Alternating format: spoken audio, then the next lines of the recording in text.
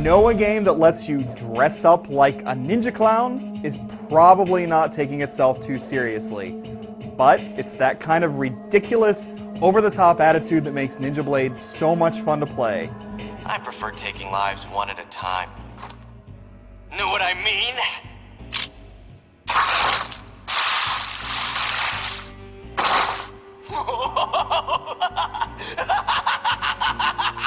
Man, that's fun! This isn't a new classic, mind you. The game relies on quick-time events far too much. It isn't all that technically tight, and it's a pretty simple button masher at its core. And yet, Ninja Blade is always on overdrive, delivering a constant stream of energy and insanity. In other words, it's a whole bunch of dumb, flashy fun.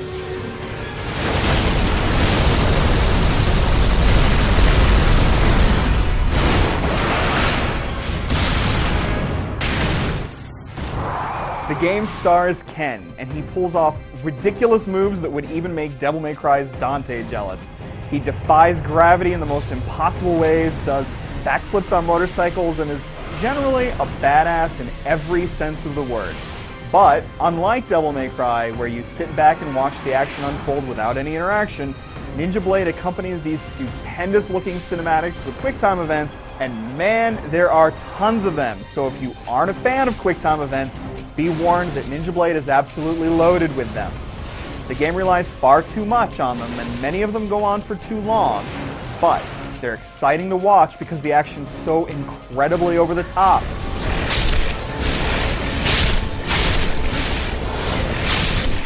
Should you miss a button press, the scene will rewind and let you try again. That rewind may make things forgiving, but it contributes to Ninja Blade's breakneck pace.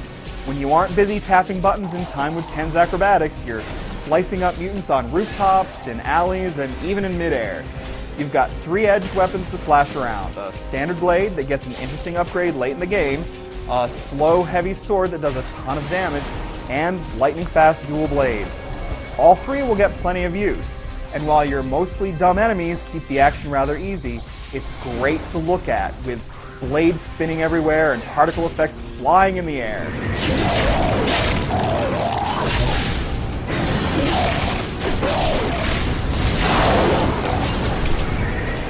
You'll unlock a whole bunch of sweet-looking moves, but you won't get much use out of them unless you crank things up to hard difficulty.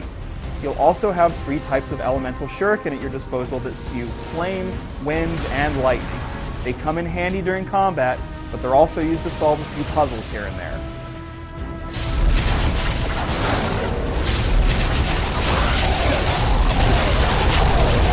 There are some other tricks too, like platforming bits and some turret sequences, but it's nothing you haven't seen before.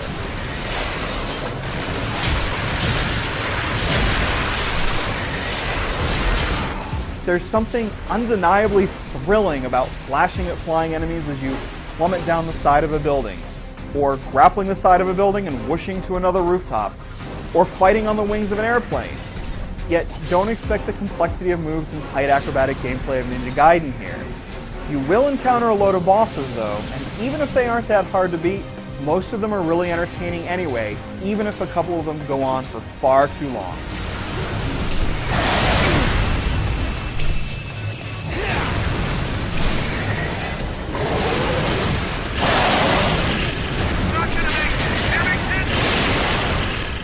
Ninja Blade is nice to look at, but it is technically uneven. The backgrounds are well done, and the action itself, including the QuickTime events, look really terrific.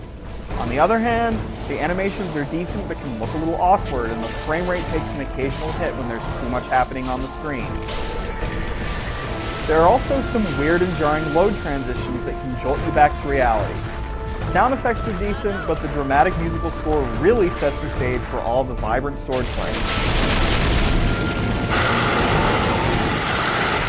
Ninja Blade knows exactly what it is, a completely nutty ninja action game. To this end, you can collect new costumes and customize them with various colors, so if you want to dress up in hot pink pinstripes, go for it. You aren't meant to take any of this seriously, you're just meant to have a ton of fun. Ninja Blade's too problematic to be the next action classic, but it's so totally absurd, you're bound to get a rush anyway. I see it.